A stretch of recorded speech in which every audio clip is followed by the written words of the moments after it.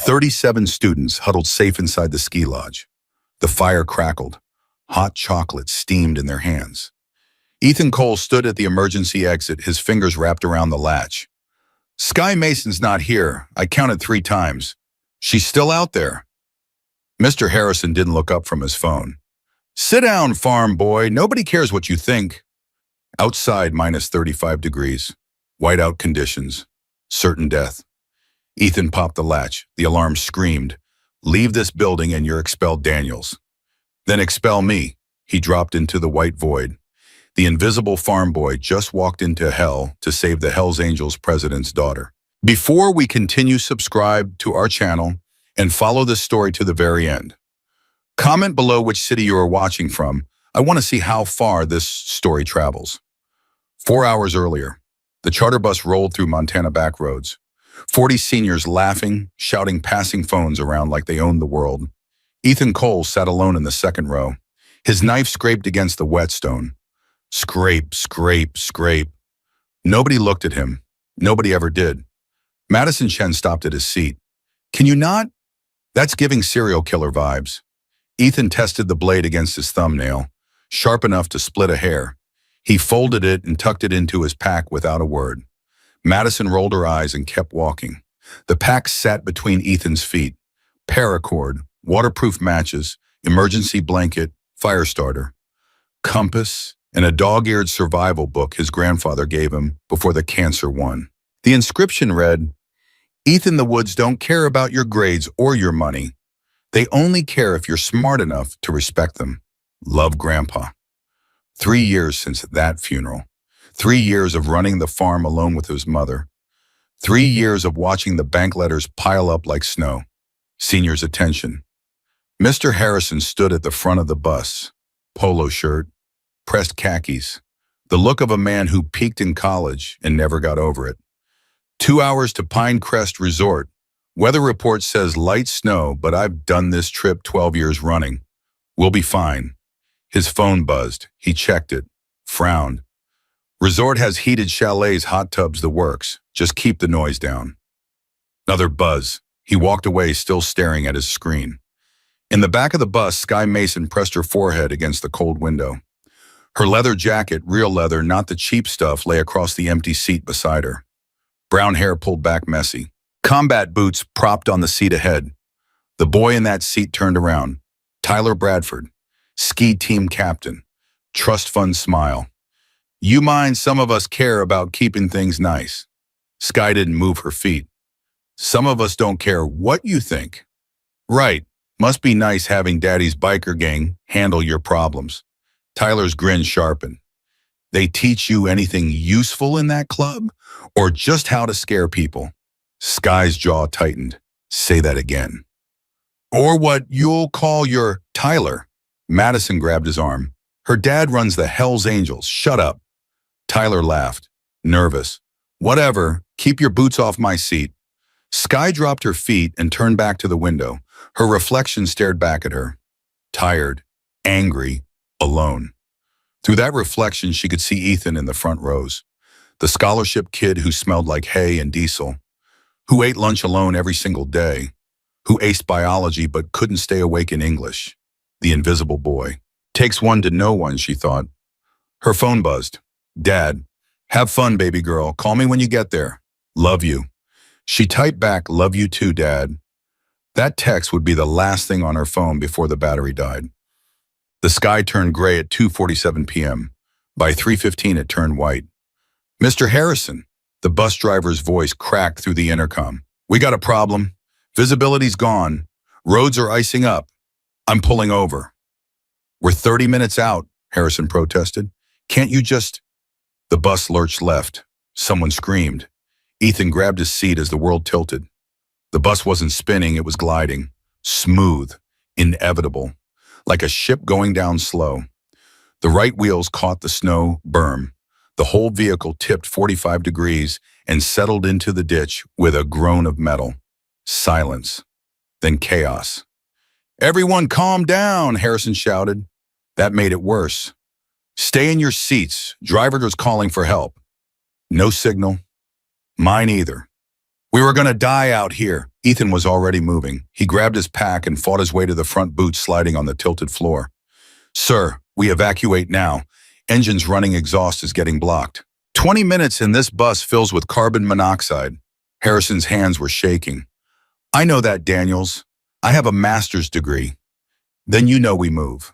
Now, Harrison glared at him. But fear won. Everyone grab your stuff.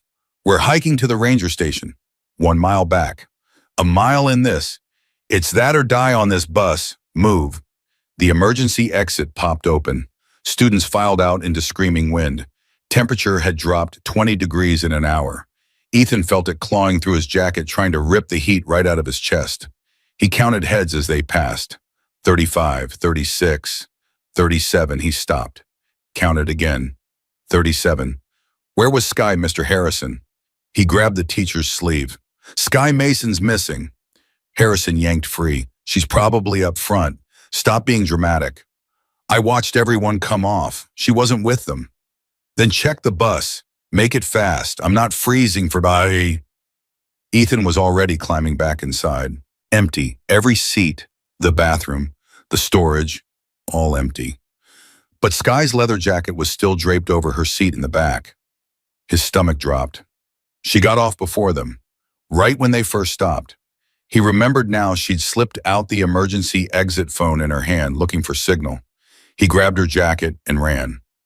She left before the evacuation, Ethan shouted at Harrison. She was looking for cell service. She's out there alone. Harrison was already herding students toward the tree line. She'll catch up. Our priority is the 37 students here. 38. There are 38 students on this trip. I've been teaching 15 years, Daniels. I can count. Then why can't you count to 38? Harrison's face went red. Watch your mouth, farm boy. You're not too poor to expel. She's going to die out there. And you're going to die if you go after her, which means I'll have 2 dead students instead of 1. Harrison turned away. Everyone moved now. The group started trudging toward the distant lights of the ranger station. Ethan stood frozen, 37 students walking toward warmth. 1 girl lost in the white. He thought about his mother, the farm, the foreclosure notice on the kitchen table. He thought about Sky Mason, who had never spoken to him once, who was probably already a corpse cooling in the snow. He thought about his grandfather's voice. The woods don't care about your grades or your money. Ethan turned and walked into the storm. Daniels, Harrison's voice barely carried over the wind. You're expelled. Do you hear me? Expelled? Ethan didn't look back. The white swallowed him whole. Sky stopped feeling her feet at 3:42 p.m. She'd only meant to walk 100 yards. Her phone showed 1 bar, just 1, if she could get high enough. Her dad was waiting. He always worried. Marcus Bear Mason, president of the Hells Angels Montana chapter. A man who'd faced down cops, feds, and rivals without flinching. But his daughter not calling.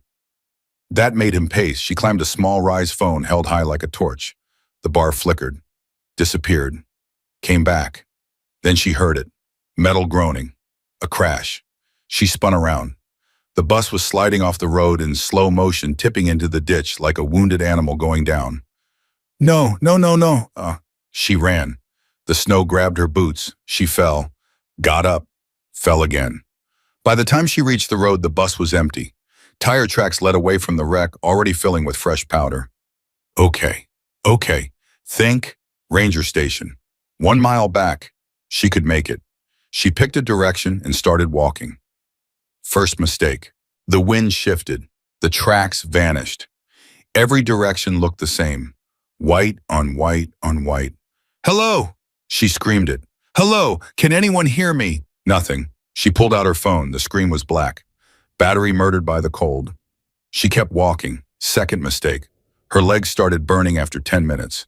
She pushed through.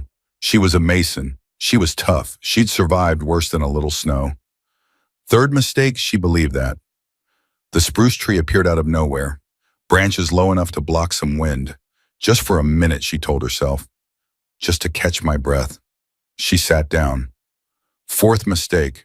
The snow was almost comfortable, like a cold blanket wrapping around her. Her eyes were so heavy. No, get up. She tried to stand. Her legs buckled. She grabbed the tree trunk, bark tearing into her palms. Get up, Dad's waiting. Her body wasn't listening anymore. The cold had crept past her skin, past her muscles, into her bones. And it was whispering that sleep wasn't so bad, that the snow was soft, that rest was earned. She slid down the tree. Dad, she thought, I'm sorry. Her eyes closed. Ethan found her phone first. Half buried, screen cracked, pink case with a skull and crossbones. He knelt and studied the snow. Wind had covered most tracks, but there a slight depression leading northeast, away from the road, away from safety. She got turned around, easy to do in a whiteout, easy to die. He pulled out his compass, checked the wind, did the math. 20 minutes walking northeast before the cold started affecting her judgment. Quarter mile out, maybe more. Hypothermia made people do crazy things. Walk in circles, double back, sit down. Sitting down was death. Sky, he shouted into the wind. Sky Mason. Nothing, he kept moving. His grandfather's voice in his head.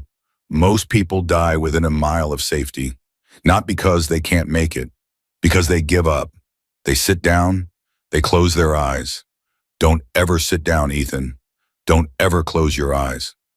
15 minutes later, he saw her, slumped at the base of a spruce tree, arms wrapped around herself, skin the color of old paper.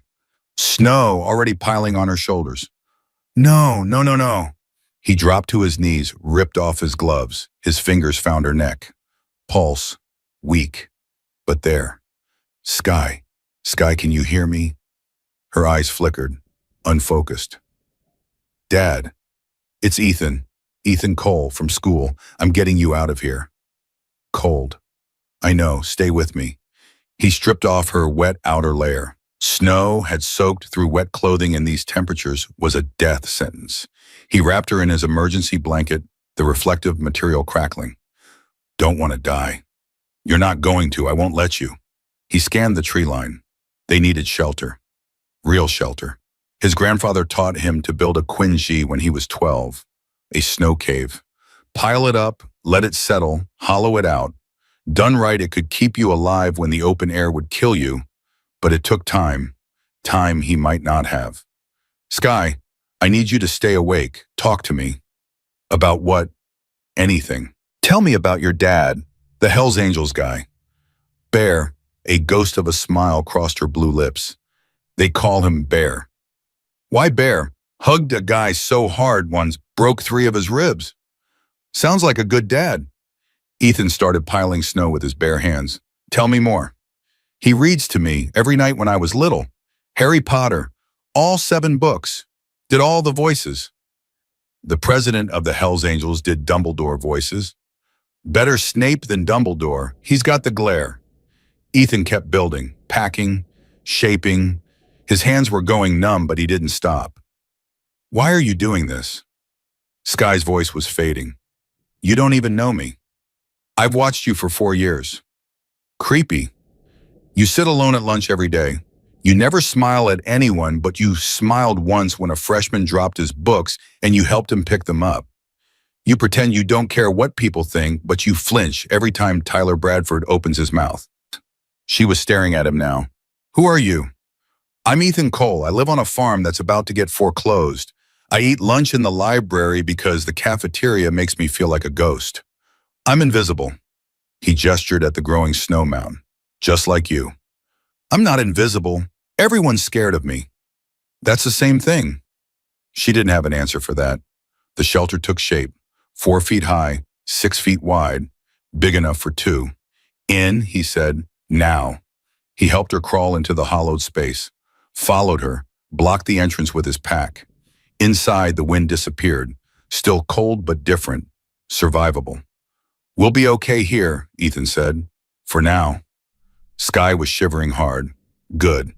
Shivering meant her body was still fighting. When hypothermic people stop shivering, that's when you worried. I'm scared. Her voice was small, nothing like the tough girl from the bus. Me too. You don't look scared. Terrified. But my grandpa used to say courage isn't about not being scared. It's about deciding something matters more than the fear. What matters more right now? You. She went quiet. then barely a whisper. Thank you. Don't thank me yet. We still gotta survive the night. Back at the ranger station, Mr. Harrison was making a head count. 37, everyone's accounted for. Madison raised her hand. What about Sky and the farm kid? They made their choices. We can't risk 37 students for 2 who wanted to play hero. So we just leave them. Search and rescue will handle it when the storm breaks. Until then, our priority is the students who are here. Safe. Warm. Tyler Bradford pulled out his phone. Still dead. Her dad's going to lose it, he muttered. Like actually lose it. Madison looked at him. What do you mean, Bear Mason? Runs the Hells Angels out of Billings. My dad did business with him once. Tyler's face went pale. Said it was the scariest meeting of his life. The guy doesn't blink. So when he finds out his daughter is missing and we just walked away, Tyler shook his head. Someone's gonna pay, and it's gonna hurt. 30 miles south, Marcus Bear Mason sat in the Hells Angels clubhouse cleaning his carburetor.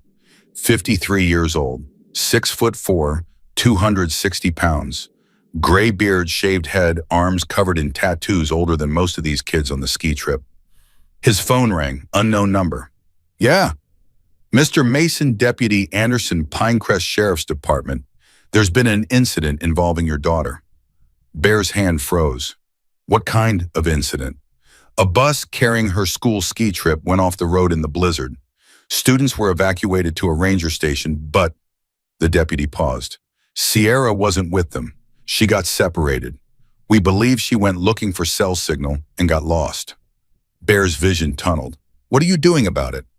Search and rescue is on standby, sir, but conditions are too dangerous. Too dangerous. Yes, sir. Wind chill is -40. Visibility is... My daughter is freezing to death and you're talking to me about wind chill. Sir, I understand you're upset, but... Bear crushed the phone in his fist. He stood, slow, controlled. The kind of control that came right before extreme violence. He walked into the main room. 22 Hells Angels sat drinking, playing cards, watching the game. My daughter is lost in a blizzard. Bear's voice was quiet, flat. Cops say it's too dangerous to look. Every man stopped moving. We're riding now, full gear, for everyone. Bull, the vice president, stood up. Brother, it's 30 below. The roads are... I don't care about the roads. Bear's fist went through the wall. Drywall exploded. My little girl is out there dying, alone, scared, and some deputy is telling me it's too cold. He grabbed his jacket, his helmet, his gloves. We ride now. Anyone who doesn't want to come, stay here. But I'm going. Nobody stayed.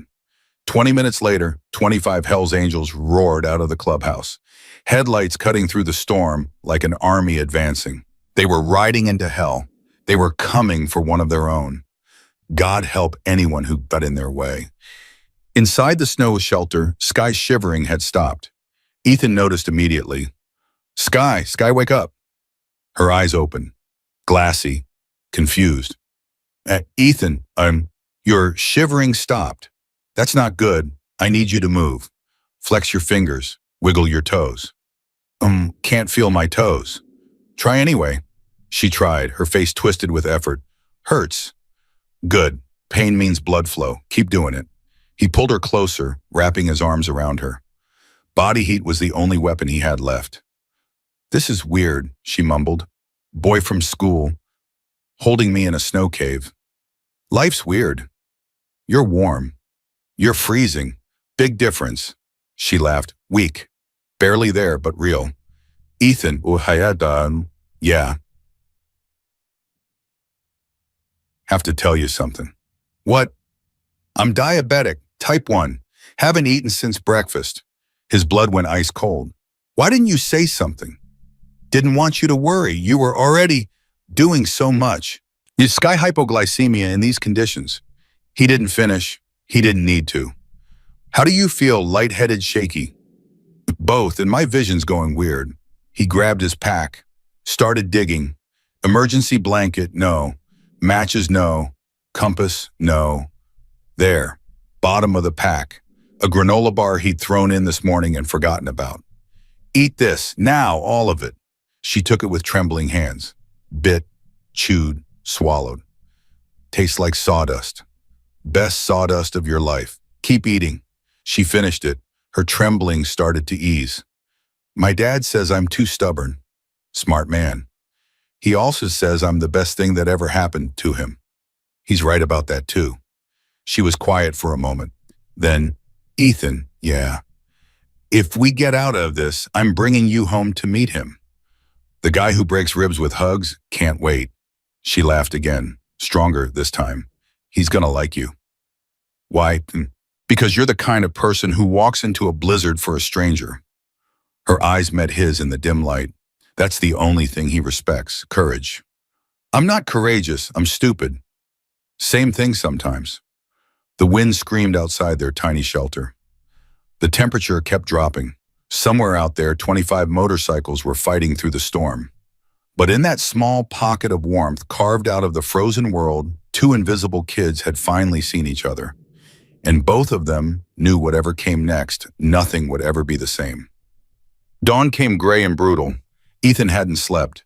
Every time Sky's breathing changed, he checked her pulse. Every time the wind shifted, he reinforced the entrance. Every time his own eyes started to close, he bit at his tongue until he tasted blood. Now he crawled out of the shelter and scanned the horizon. The storm had weakened, visibility maybe 50 yards. Still brutal, but better. And there in the distance, smoke. Sky. He ducked back inside. Wake up, I see smoke. What? Smoke, a building, half-mile out, maybe less. She crawled to the entrance, squinted against the gray light. Ranger cabin. Has to be. Can you walk? I'll crawl if I have to. He helped her stand. She leaned against him, legs shaking but holding. One step at a time, he said. We're gonna make it. Together, together. They started toward the smoke. Behind them, the shelter was already collapsing under fresh snow. In an hour, there'd be no sign they were ever there. But they were alive. Against everything, they were alive. And somewhere in that storm, getting closer with every passing minute, 25 Hell's Angels were riding hard. Bear Mason was coming for his daughter. And when he found out what Ethan Cole had done, when he learned that an invisible farm boy had walked into hell to save his little girl, the world was going to change. For both of them. Damn. The cabin appeared through the white like a ghost, small, old, chimney-cold, but 4 walls and a roof. Almost there, Ethan said. 20 more steps.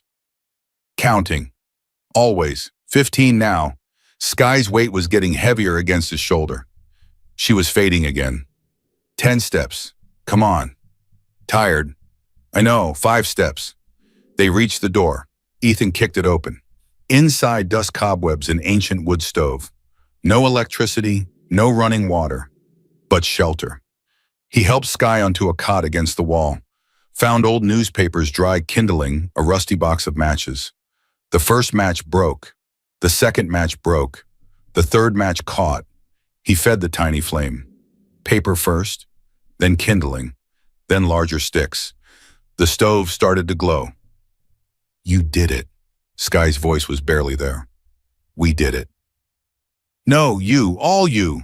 He found a moth-eaten blanket and wrapped it around her. Found a dented can of beans on a shelf expired 2 years ago, but protein was protein. Eat. Not hungry. Don't care. Eat. She ate, slowly, mechanically. But she ate. Color started coming back to her cheeks. Her shivering returned good shivering, the kind that meant her body was fighting again. Ethan, yeah. Thank you for everything, for being stupid enough to come after me. Told you. Same thing as courage sometimes. She smiled. For the first time since he'd known her, a real smile. I think we're gonna be okay. Yeah, he sat down next to her, exhaustion finally hitting. I think we are. Outside, the storm was dying, and through the fading wind came a sound. Distant at first, then louder. Engines. Lots of them. Sky's head snapped up. That's not possible. What? Those are bikes. I know that sound anywhere. Tears started streaming down her face. That's my dad. Ethan went to the window. Through the gray morning light, he saw them. A column of headlights cutting through the snow. 25 motorcycles in formation riding straight toward the cabin like an army. Leading them, a massive figure on a black Harley. Bear Mason had found his daughter, and he was about to meet the boy who saved her. So, the door exploded inward. Bear Mason filled the frame. 6'4", 260 pounds of muscle leather and barely contained violence. His eyes found Sky on the cot. Baby girl. Daddy. He crossed the room in 3 steps and dropped to his knees beside her, pulling her into his arms. The most dangerous man in Montana was crying like a child. I thought I lost you. I thought, I'm okay, Dad. I'm okay because of him. Bear looked up. Ethan stood by the stove, swaying slightly, exhaustion carved into every line of his face, frostbite blackening the tips of his fingers. Who is this? Bear's voice was rough. Ethan Cole. Sky grabbed her father's hand. He left the group to find me, built a snow shelter with his bare hands, kept me alive all night, carried me here. Bear stood slowly. He walked toward Ethan. Every instinct in Ethan's body screamed at him to run. This man could break him in half without trying. But he didn't move. Bear stopped 1 foot away. Looked down at the farm boy who'd done the impossible. You walked into that storm, Bear said, alone for my daughter. Yes, sir. Wise, Ethan met his eyes, because someone had to. Bear stared at him for a long moment. Then he pulled Ethan into a hug that nearly cracked his ribs. Thank you, Bear whispered. Thank you for bringing her back to me. Behind them, 24 Hell's Angels stood in the doorway. Every one of them had seen what their president just did. Ethan Cole had just earned something that money couldn't buy. He'd earned the respect of the Hell's Angels, and his life was never going to be the same. Bear's hug lasted 10 seconds. 10 seconds that changed everything. When he finally let go, Ethan stumbled backward. His ribs ached. His head was spinning. But he stayed on his feet. You need a doctor. Bear's voice was gruff, commanding. Both of you, now. Dad, I'm fine. You almost died, baby girl. Don't tell me you're fine. Bull stepped forward from the doorway. Brother, we got the trucks coming up the back road. 5 minutes out, heated, stocked with supplies. Good. Bear turned back to Ethan. What's your name again, son? Ethan Cole, sir. Cole. Bear's eyes narrowed. Any relation to the Cole farm out on Route 7? That's my family's place. Yes, sir. Your daddy was James Cole. Ethan's chest tightened. He was. Good man. Bought hay from him years back. Heard he passed. Tractor accident 4 years ago. Bear nodded slowly. Something shifted in his expression. Respect, maybe, or recognition. You got his eyes, Bear said. Same stubborn look. Before Ethan could respond, Sky grabbed his hand. Dad, listen to me. Her voice was stronger now. The warmth from the stove was bringing her back. He didn't just find me. He built a shelter out of snow, with his bare hands, gave me his food when I crashed, carried me half a mile through a blizzard. I know, baby girl. No, you don't know. Sky's grip tightened on Ethan's fingers. Everyone else left. The teacher, the other students. They all just walked away. He was the only one who came. Bear looked at their joined hands. His jaw worked. We'll talk about this later. Right now we move. Both of you need medical attention. The next few minutes were a blur. Hell's Angels swarming into the cabin, blankets appearing from nowhere, someone pressing a thermos of hot coffee into Ethan's frozen hands. Then the trucks arrived. Black SUVs with tinted windows and engines that rumbled like thunder. Bear lifted Sky into the backseat himself, gentle, careful, like she was made of glass. You, he pointed at Ethan, ride with us. I should probably, wasn't a question. Ethan climbed in. The convoy started moving. 2 SUVs, 25 motorcycles, a rolling army heading down the mountain. In the back seat, Sky leaned against her father's shoulder. Her eyes found Ethan's across the vehicle. Thank you, she mouthed. He nodded. Bear caught the exchange. His expression was unreadable. So, Bear's voice filled the SUV. Tell me exactly what happened. Start from the beginning. Ethan told him. The bus crash, Harrison's refusal to search, the decision to go alone, finding Sky's phone, following her tracks, the shelter, the long night, the cabin. He left nothing out. When he finished, Bear was silent for a long moment. This teacher. Bear's voice was dangerously quiet. Harrison. He's the one who left my daughter to die. He said search and rescue would handle it when the storm broke. By then she'd be dead. Yes, sir. And nobody else went looking. None of those other kids. No, sir, just me. Bear turned to look out the window. His reflection showed a face carved from stone. Bull. Yeah, brother. Find out everything about this Harrison. Where he lives, where he works, where he eats breakfast. On it. Sky sat up. Dad, don't. Don't what? Whatever you're thinking, don't. A man left my daughter to die, Sierra. There are consequences for that. And if you do something stupid, you go to prison. Then I lose you too. Sky's voice cracked. Please, just let it go. Bear's hands clenched into fists. The leather of his gloves creaked. I'll think about it. That wasn't a no. Ethan knew it. Sky knew it. Everyone in that vehicle knew it. But for now, it was enough. The hospital appeared through the gray morning light. St. Mary's Medical Center. The convoy pulled into the emergency bay like an invading force. Doctors and nurses rushed out. Then they saw the motorcycles. The leather, the patches. Everyone froze. Bear stepped out of the SUV. My daughter has hypothermia and she's diabetic. This boy has frostbite and possible exposure. They need help, now. The head nurse recovered first. Sir, we need to. What you need to do is your job. Bear's voice left no room for argument. Unless you want me to find someone who will. They were inside within 30 seconds. Sky was whisked away to one room. Ethan to another. Doctors swarming both of them like bees on honey. Frostbite on the fingers, grade 2, possible grade 3 on the left hand. Core temperature is 94 degrees, moderate hypothermia. He needs warming IV fluids and monitoring. Ethan lay on the gurney staring at the ceiling. The adrenaline was finally fading. In its place, exhaustion so deep it felt like drowning. His mother. The thought hit him like a punch. My mom. He grabbed the doctor's arm. I need to call my mom. She doesn't know where I am. Sir, you need to rest. Please, she's alone. She'll be worried. The doctor hesitated, then nodded. 5 minutes. Then you rest. Someone handed him a phone. His fingers were wrapped in gauze, clumsy and thick. He managed to dial anyway. It rang twice. Hello? His mother's voice. Tired, worried. The same voice that had raised him alone for 4 years. Mom, it's me. Ethan, oh my God, Ethan. Where are you? The school called. They said you were missing. They said you went out in the storm. I'm okay, Mom. I'm at St. Mary's. Frostbite on my hands, but I'm okay. Frostbite? What happened? Why did you leave the group? There was a girl, a classmate. She got lost in the blizzard. I went to find her. Selame's on the other end. Then, did you find her? Yeah, Mom, I found her. Is she okay? She's going to be fine. Another pause.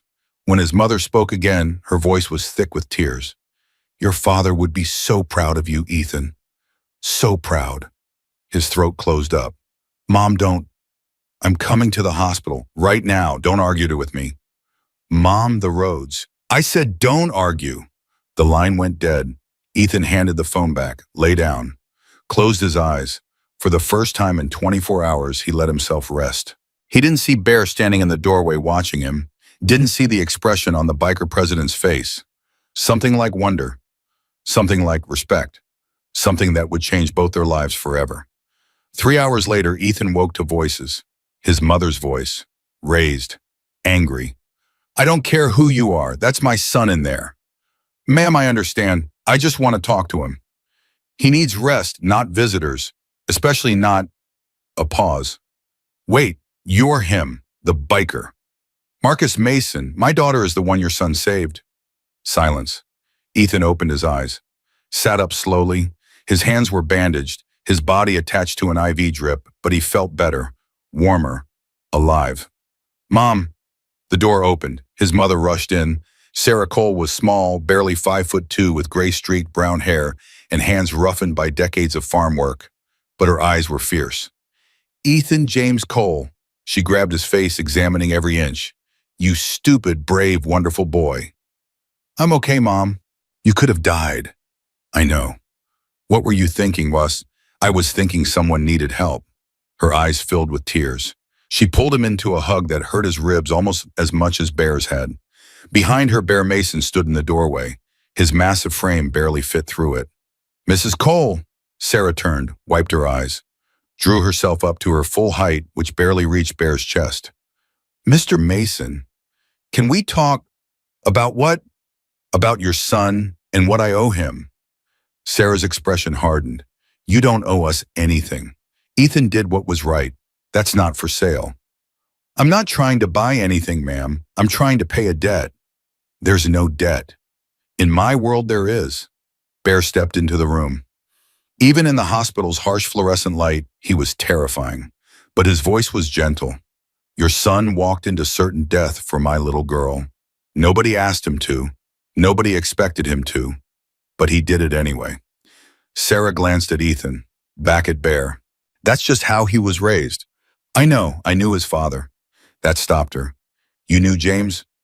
"Bought hay from him, years back. He was a good man, honest, hardworking, didn't back down from anything." Bear's eyes found Ethan's. "Apple doesn't fall far from the tree." Sarah didn't respond, but something in her posture softened. "What do you want Mr. Mason, Mom, to say thank you and to help however I can?" "We don't need help, Mom." Ethan's voice was quiet. "Let him talk." Sarah pressed her lips together, but she stepped aside. Bear pulled a chair next to the bed and sat down. The chair groaned under his weight. "Your son told me about your situation, the farm, the foreclosure." Sarah shot Ethan a look. He avoided her eyes. "Our finances aren't your concern," Sarah said. "They are now." Bear reached into his jacket, pulled out a phone. "I made some calls this morning. First National Bank of Montana. Talked to a man named Larry Duncan." Sarah went pale. "That's our loan officer." "Not anymore." Bear set the phone down. "Your mortgage is paid off, full balance, as of about 2 hours ago." The room went silent. Ethan couldn't breathe. "What? Paid, done. That farm belongs to you. Free and clear." "That's," Sarah's voice was shaking, "that's over $100,000. $147,000. Plus interest. Plus a little extra to cover your operating costs for the next year." "We can't accept that." "You already have. Money's transferred. Papers are signed." Bear leaned forward. "Mrs. Cole, your son saved my daughter's life. Do you understand what that means to me? Sierra is everything, everything. I would burn down the entire world if someone hurt her. And last night she almost died because some coward of a teacher left her behind." Bear's voice cracked, just slightly, just for a moment. "Your boy didn't leave her. He walked into hell and brought her back. There is nothing in this world I won't do for him now. Nothing." Sarah sat down heavily on the edge of the bed. $147,000, she whispered. "It's not enough. It'll never be enough. But it's a start." Ethan stared at Bear. "Sir, I didn't do it for money." "I know you didn't. That's why you're getting it." Bear stood. "The Coles are under the protection of the Hells Angels now. Anyone messes with you, anyone, they answer to us. That's not charity. That's family." "We're not family." Sky's voice came from the doorway. She stood there in a hospital gown and robed forkpole beside her. Her color was better. Her eyes were bright. "We're not family yet," she said, "but we could be." Bear turned. "Baby girl, you should be in bed." "I'm fine, Dad." She walked into the room slowly, carefully, but she walked. "I heard everything. And he's right, Ethan. You are family now, whether you like it or not." She stopped in front of him, reached out and touched his bandaged hand. "You saved my life. That makes us connected. Forever." "Sky, don't argue. I'm a Mason. We don't lose arguments." Despite everything, Ethan laughed. "Sounds exhausting." "You have no idea." She smiled. That real smile again, the one that transformed her whole face. "Get some rest. We'll talk more later." She kissed his cheek, quick, soft, then turned and walked out, her father following. At the door, Bear paused. "Mrs. Cole." "Yes." "Your husband raised a hell of a son." He nodded once. "He'd be proud." Then he was gone. Sarah sat in silence for a long moment. Then she looked at Ethan, $147,000. I know. From a biker gang. I know. Your life just got very complicated, Ethan Cole. Yeah, he leaned back against the pillows. I know. But despite everything, the exhaustion, the frostbite, the impossible weight of what had just happened, he was smiling.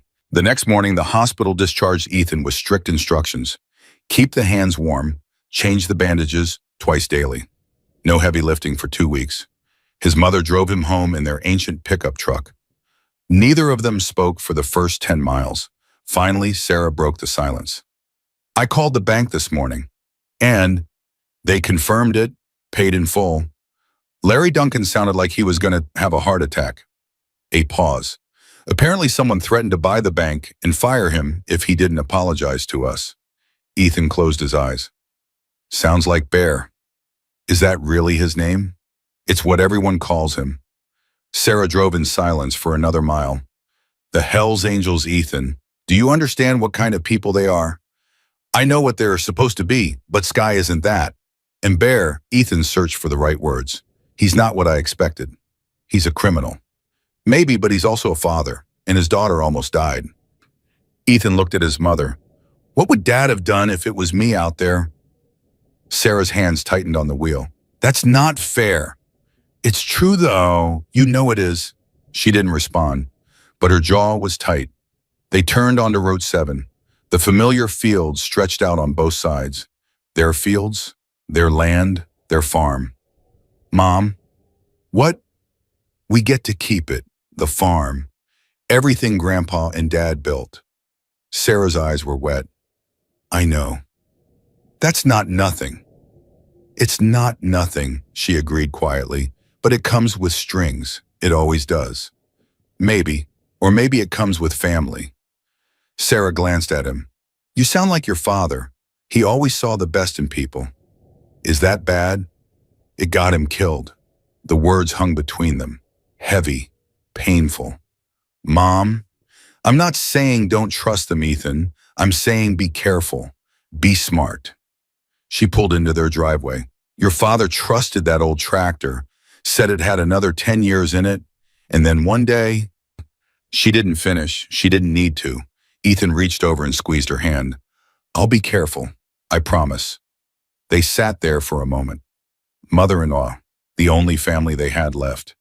Then Sarah took a deep breath. All right, let's go inside. You need rest, and I need to figure out how to write a thank you note to a biker gang. Despite everything, Ethan laughed. 2 days later, the Hells Angels came to the farm. Ethan heard them before he saw them. That unmistakable rumble of engines.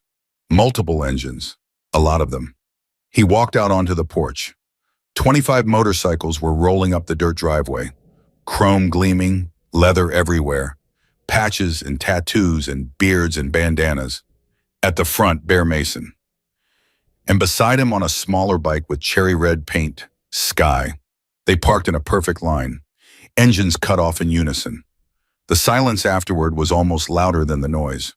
Bear dismounted first. Sky followed. Sarah came out of the house wiping her hands on a dish towel. Mr. Mason? Mrs. Cole, I hope we're not intruding. With 25 bikers in my driveway, not at all. Bear actually smiled. Fair point. We won't stay long. Just wanted to check on the patient. He nodded toward Ethan. How are the hands? Better. Ethan held them up. The bandages were lighter now. Doctor says I'll keep all my fingers. Good. Wouldn't want to damage those. Bear reached into his saddlebag. Got something for you. He pulled out a leather jacket, black, perfectly sized. On the back, a patch, a wolf's head with the words, Friend of the Angels, beneath it. This isn't full membership, Bear said, but it's protection. Anyone sees this patch, they know you're one of ours. They mess with you, they mess with all of us. Ethan took the jacket. The leather was butter soft, probably worth more than his entire wardrobe. I don't know what to say. Say you'll wear it and mean it. Sky stepped forward and he put it on. Ethan looked at his mother. She hesitated, then nodded slowly. He pulled the jacket on. It fit perfectly. The Hells Angels let out a cheer. Engines revved. Someone honked a horn.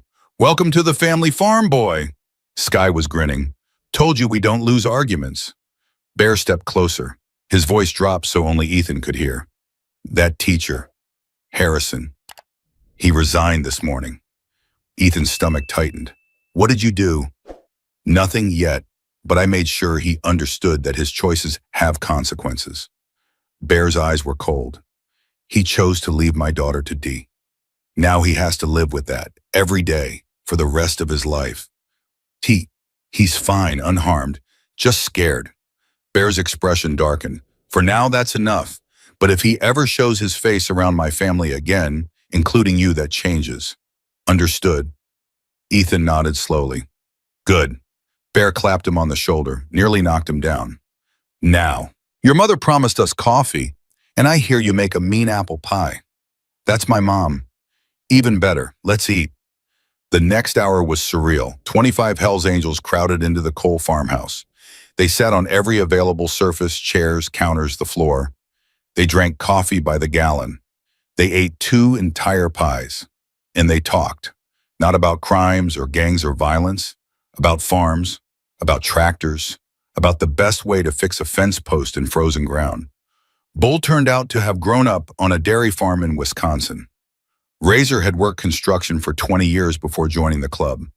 A massive man named Tiny who was anything but knew more about crop rotation than most agriculture professors. Sarah Cole stood in the middle of her kitchen, surrounded by bikers looking utterly bewildered. This is not what I expected, she murmured to Ethan. Me neither. They're nice. Surprised me too. Sky appeared at his elbow. Can we talk outside? They walked out to the back porch. The sun was setting, painting the fields in gold and orange. How are you really? Sky asked. Tired, sore, confused. About what? Everything. Ethan leaned against the railing. 3 days ago, I was nobody. The invisible kid who was about to lose his family's farm. Now I've got bikers drinking coffee in my kitchen and a leather jacket worth more than my truck. You're not nobody. You never were. You didn't know my name before the blizzard.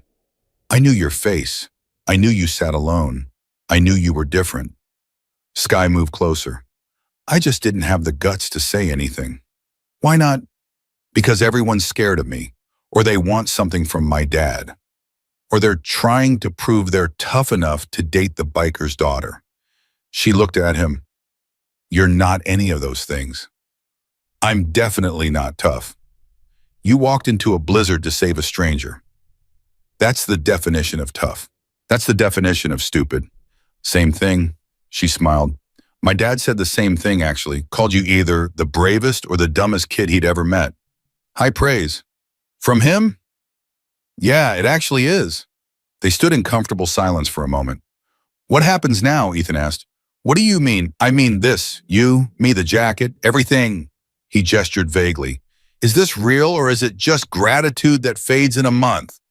Sky turned to face him fully. Her eyes were serious. Ethan, I meant what I said in that snow cave. You're not invisible. Not to me. She took his bandaged hand in hers. I want to know you, the real you. Not the quiet kid in the second row. Not the hero who saved my life, just you. I'm not that interesting. Let me decide that. Sky. I'm going back to school Monday, so are you. We can eat lunch together. Actually talk. Like normal people. Normal people don't have biker gangs at their beck and call. Nobody's perfect. She squeezed his hand. Just say yes, farm boy. Ethan looked at her. This fierce, complicated girl who'd almost frozen to death in his arms. Who'd kissed his cheek in a hospital room. Who was standing on his porch asking him to let her in. Yeah, he said. Okay. Yes. Sky smiled. That real smile. Good, because I already told my dad you're taking me to dinner on Friday. He's very excited about the shovel talk. The what? You'll see. She kissed him. Quick, soft, on the lips this time. Then she walked back inside, leaving Ethan standing on the porch with his heart pounding and his head spinning. Behind him, the sun finished setting. Inside, a biker gang laughed and joked in his mother's kitchen. And somewhere in his chest, something that had been frozen for 4 years finally started to thaw. He touched his lips. What the hell just happened to my life? He whispered. The night didn't answer. But for the first time in a very long time, Ethan Cole didn't feel invisible. He felt seen. And that changed everything. Monday morning came faster than Ethan expected. He stood in front of the bathroom mirror, staring at the leather jacket hanging on the door. The wolf patch seemed to stare back at him. "You gonna wear it?" His mother's voice came from the hallway. "I don't know." "You should, you earned it." Ethan turned. Sarah stood there with a cup of coffee, her expression unreadable. "I thought you didn't trust them." "I don't trust anyone completely, but I trust what I saw." She took a sip. 25 bikers in my kitchen and not one of them disrespected my home. Not one crude joke, not one beer. They drank coffee and talked about farming like they were at a church social. That surprised you. Everything about this surprises me, Ethan. She set the coffee down. But your father always said you can't judge a man by his reputation, only by his actions. Boy, a pause. Their actions have been good so far. Ethan grabbed the jacket, put it on. "How do I look?" "Like trouble." Sarah smiled slightly. "Your father would have laughed himself sick seeing his son in biker leather." "Is that good or bad?" "Both, always both." She kissed his forehead. "Go to school. Don't start any fights, and call me if anything happens." "Mom, I'm 18. And I'm your mother. Call me." The drive to school felt different. Everything felt different. Ethan pulled into the parking lot in his beat-up Ford, the same truck he'd driven for 3 years, the same spot he always parked in far from the main entrance where the rich kids wouldn't have to look at it. But today people were looking. He stepped out of the truck. The leather jacket caught the morning sun. Conversation stopped. Heads turned, whispers started. "Is that Cole? What's he wearing? Dude, is that a Hell's Angels patch?" Ethan kept his head down and walked toward the entrance. His heart was pounding, but he forced his legs to move normally. "Ethan!" Sky's voice cut through the noise. He looked up. She was waiting by the front doors. Leather jacket, combat boots. That smile that transformed her whole face. "You wore it," she said. "You told me to." "Since when do you do what I say?" "Since you kissed me on my porch." Her smile widened. "Fair point." They walked into school together, side by side. The invisible farm boy and the biker's daughter. The whispers followed them like a wave.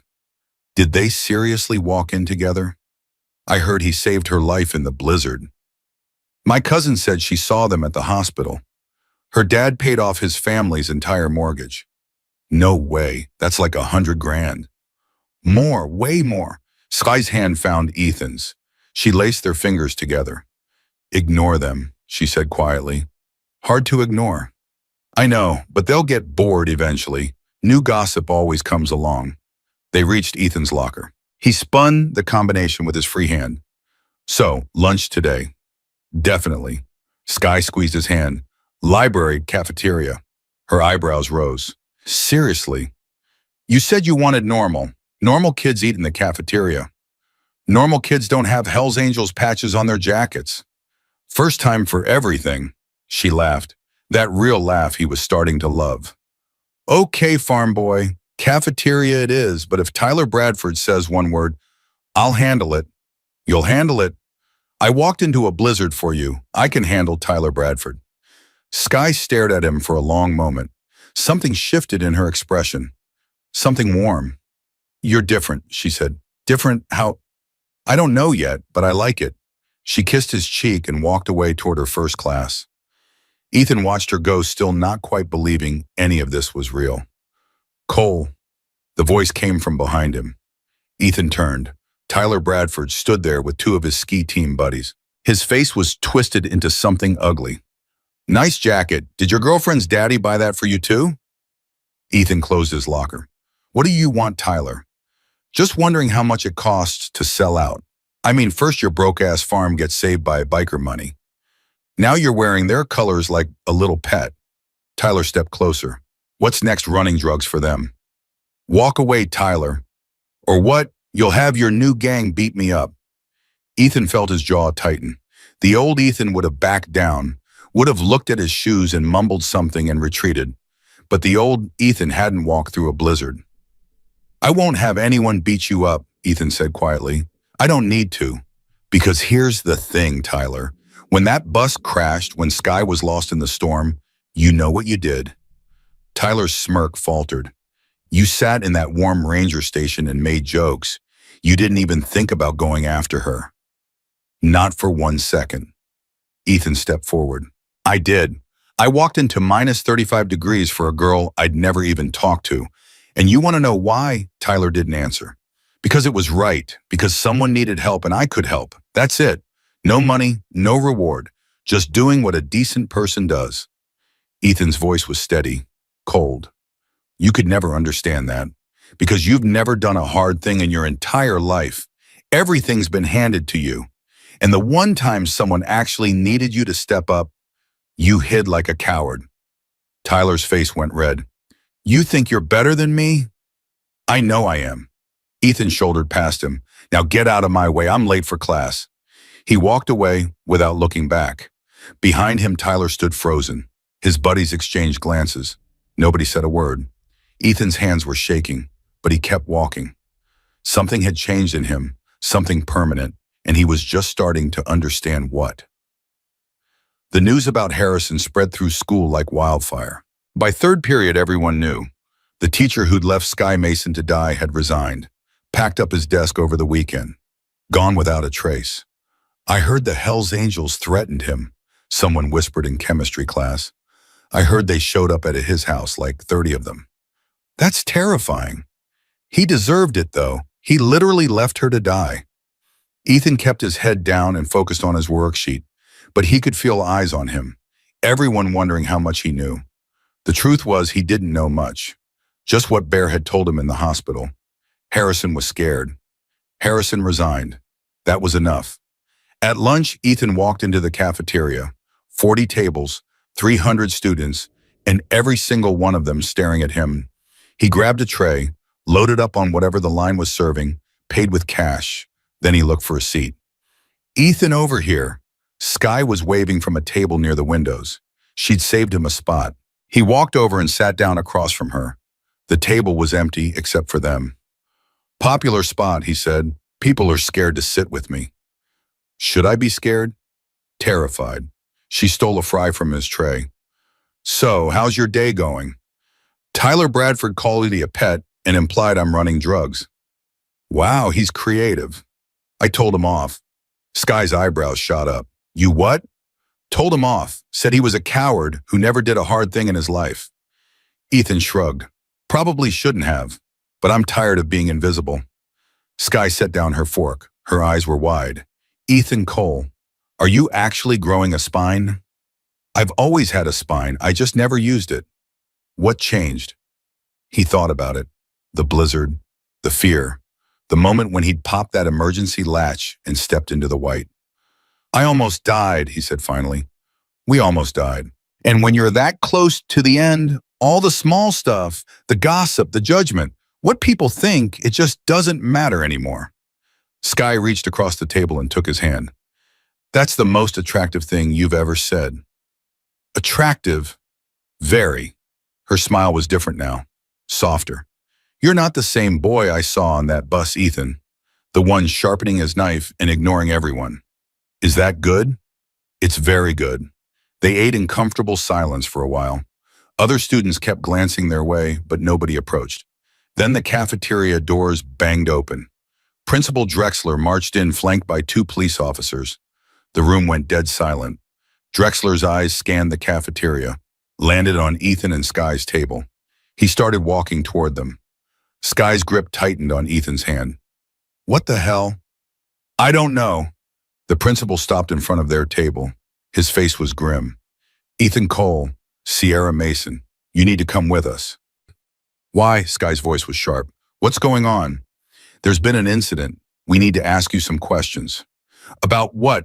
One of the officers stepped forward. Mr. Harrison was found this morning, in his home. He'd been beaten badly. He's in critical condition at St. Mary's. Ethan's blood went cold. Sky's face drained of color. What? We need to know where you both were last night, and we need to contact your parents. The officer looked at Sky. Especially your father. The walk to Principal Drexler's office felt like a death march. Ethan's mind was racing. Harrison beaten, critical condition, police asking about Bear.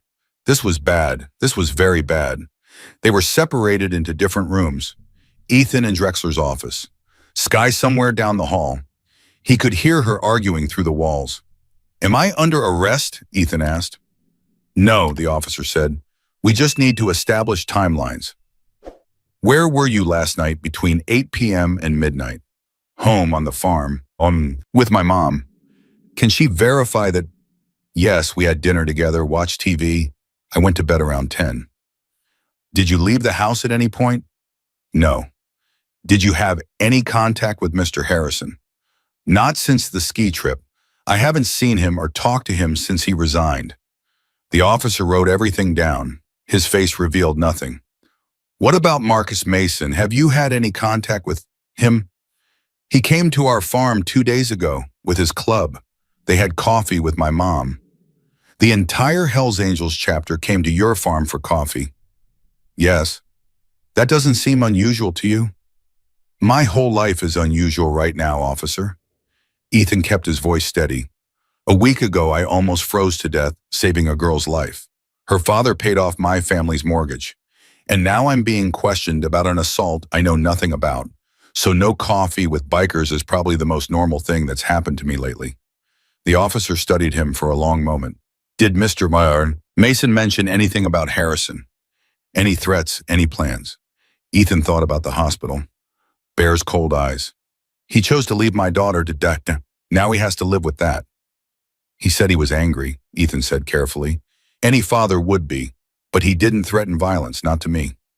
"You sure about that?" "I'm sure about what I heard." "What you heard might not be the whole story.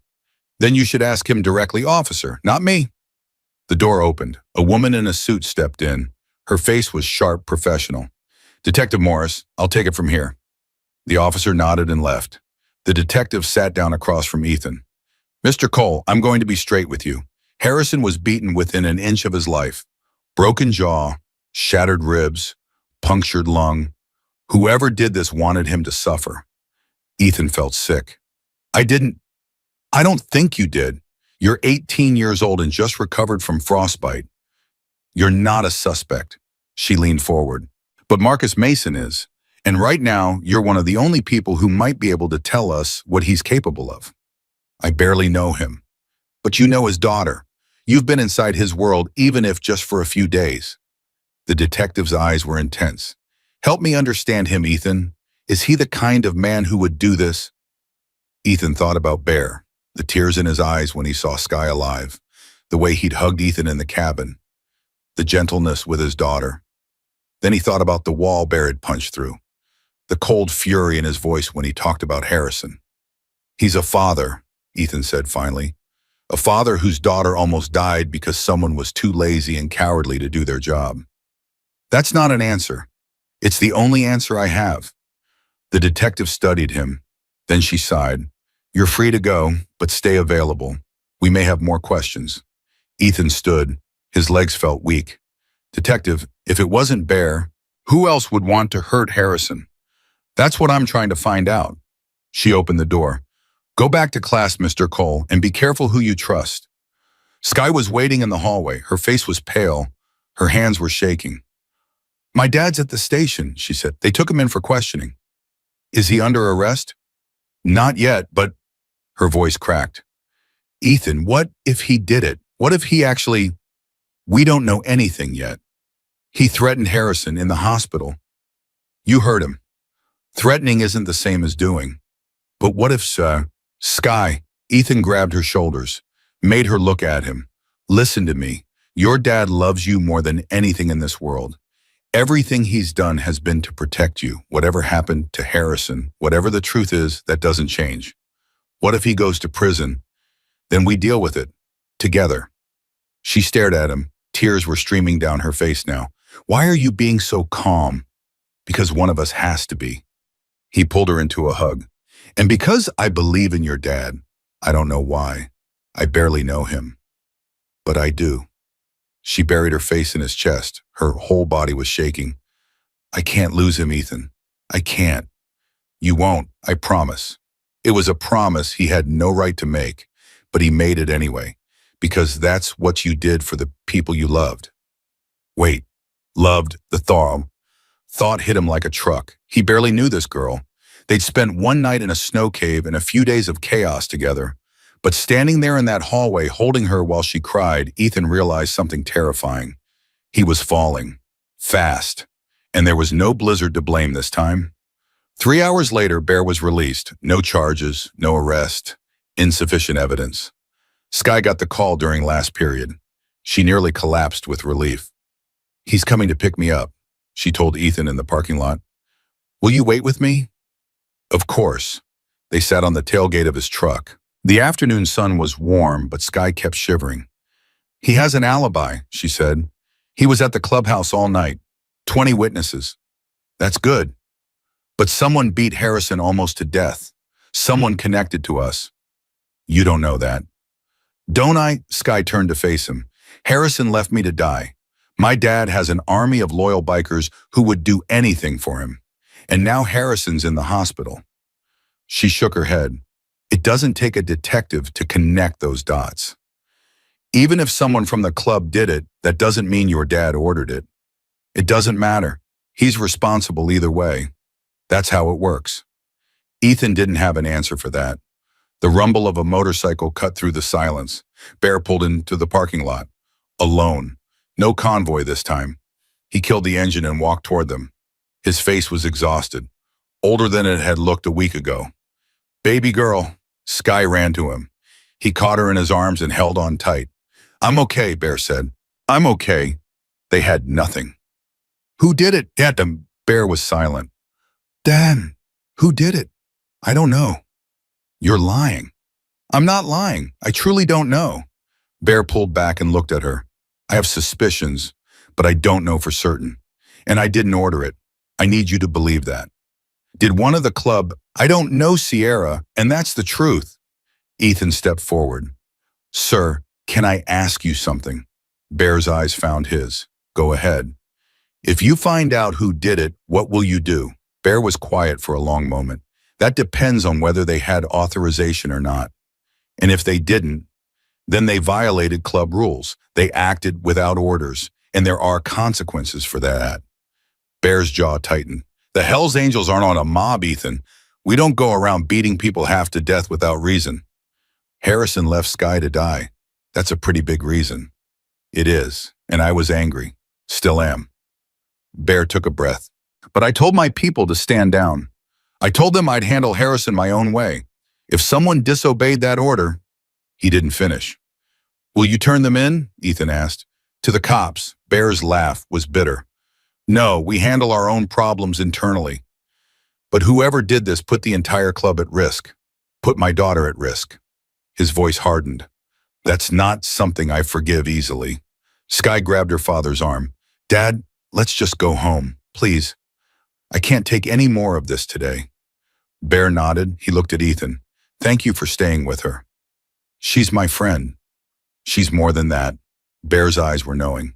"And I'm okay with it, in case you were wondering." "I wasn't." "Yes, you were." A ghost of a smile crossed Bear's face. "Come by the clubhouse tomorrow night. There's something I want to show you." "The clubhouse?" "Don't look so scared. We don't bite." He climbed back on his bike. "Well, most of us don't." Sky hugged Ethan quickly. "I'll text you later." "You sure you're okay?" "No, but I will be." She climbed on behind her father. "Thank you, Ethan, for everything." They rode away, leaving Ethan alone in the parking lot. His phone buzzed. A text from his mother. "Heard about Harrison. You okay? Come home." He started typing a reply. Stopped. Deleted it. Some conversations needed to happen face to face. He got in his truck and drove home. His mother was waiting on the porch. "The police came by," she said. "Asked about Bear's visit." "I know. They questioned me at school." "What did you tell them?" "The truth, that he came here with his club, that they drank coffee, that I didn't hear any threats or plans." Sarah nodded slowly. "Good, that's good." They went inside. She'd made dinner meatloaf and mashed potatoes, Ethan's favorite. Comfort food. None. "Mom, what do you think happened?" "I think someone hurt that teacher very badly, and I think the police believe it was connected to the Hells Angels." She set a plate in front of him. "What do you think?" Ethan stared at his food. "I think Bear didn't do it himself. He had an alibi." but someone in his club might have. Does that change how you feel about them? I don't know. He picked up his fork, set it down. Harrison was a coward. He left Sky to die. Part of me thinks he got what he deserved. Ethan. But another part of me knows that's not how justice works. You can't just beat people half to death because they made a bad choice. He looked at his mother. If someone from the club did this, they did it for Squeedy, for Bear, maybe even for me. And I don't know how to feel about that. Sarah sat down across from him. Her eyes were sad. Welcome to the real world, son, where nothing is simple and the good guys aren't always good. What would Dad have done? He would have struggled with it, just like you are. She reached across the table and squeezed his hand. But he also would have seen the bigger picture. Bear saved our farm, protected our family. Whatever his people did or didn't do, that doesn't erase the good. So I just ignore it. No, you acknowledge it. You hold the complexity in your heart, and you make your own choices based on who you want to be. She smiled softly. That's all any of us can do. Ethan ate his dinner in silence. That night, lying in bed, he stared at the leather jacket hanging on his door. The wolf patch seemed to glow in the moonlight. Friend of the Angels. He'd earned that title by walking into a blizzard, by saving a life, by proving himself through courage and sacrifice. But what did it mean to be part of their world? What responsibilities came with that patch? His phone buzzed. Gee, can't sleep. You, Ethan. Same, too much to think about. Skeet, wish you were here. Ethan, me too. Skeet, tomorrow, clubhouse, 7 p.m. Don't be late. Ethan, what does your dad want to show me? No idea, but it's important. He's been planning something since the hospital. Ethan, should I be worried? Skeet, probably, but I'll be there. I won't let anything bad happen to you. Ethan, promise. Sky, promise. He set the phone down, closed his eyes. Tomorrow he'd walk into the Hells Angels clubhouse, into a world he didn't understand, into a future he couldn't predict. But Sky would be there, and somehow that made everything else bearable. He fell asleep with her name on his lips, and dreamed of blizzards and leather and the warmth of a hand in his. The Hells Angels clubhouse sat at the end of a gravel road hidden by trees and a reputation that kept curious eyes away. Ethan pulled up at 6:55 p.m. His hands were sweating on the steering wheel. 20 motorcycles lined the front. Music thumped from inside. Laughter mixed with the clink of bottles. He sat in his truck for a full minute, breathing, thinking, wondering if he should just turn around and go home. His phone buzzed. Sky, I see your truck. Stop being a baby and get in here. He got out. The front door opened before he reached it. Bull stood there, massive arms crossed over his chest. Farm boy, you're early. Is that bad? Nah, shows respect. Bull stepped aside. Bear's in the back. Follow me. The inside of the clubhouse was nothing like Ethan expected.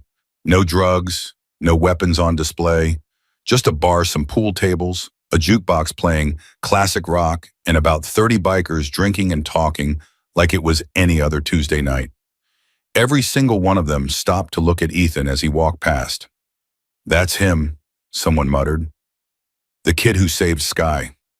Doesn't look like much. Neither did Bear at that age. Look at him now. Bull led Ethan through a door at the back, down a hallway, past framed photos of club history group rides fallen members. They stopped at a heavy wooden door. Wait here. Bull knocked twice. Bear, the kid's here. Send him in. Bull opened the door and stepped aside. Good luck, farm boy. Ethan walked in. Bear sat behind a massive oak desk. The room was part office, part shrine. Hells Angels memorabilia covered every wall. Patches, photos, a glass case with what looked like very old leather vests. Sky sat in a chair by the window. She smiled when she saw him. You came. You said don't be late. And you're early, overachiever. Bear stood. He was wearing a clean shirt, no leather for once. It made him look almost normal. Ethan, thanks for coming. You said it was important. It is. Bear gestured to a chair. Sit, please. Ethan sat. His heart was hammering. Bear walked to the glass case on the wall, opened it with a small key. You know the history of this club, Ethan. Only what everyone knows. Motorcycles, brotherhood, some illegal stuff. Bear laughed, short, bitter. Some illegal stuff. Yeah, that's one way to put it. He pulled something from the case. An old leather vest, worn and faded. This was my father's. He founded the Montana chapter in 1972, rode until the day he died. I'm sorry. Don't be. He went out the way he wanted, on his bike. Free. Bear held up the vest. He taught me everything. How to ride, how to lead, how to protect the people you love.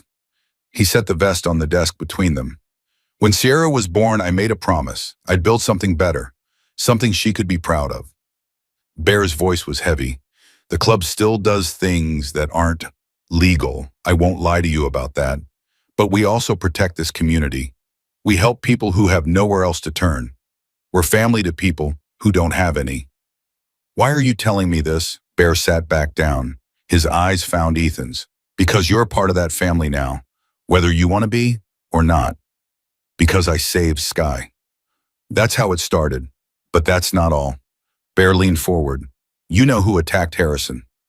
Ethan's stomach dropped. No. Neither did I, until this morning. Bear's jaw tightened. It was Razor, one of my guys.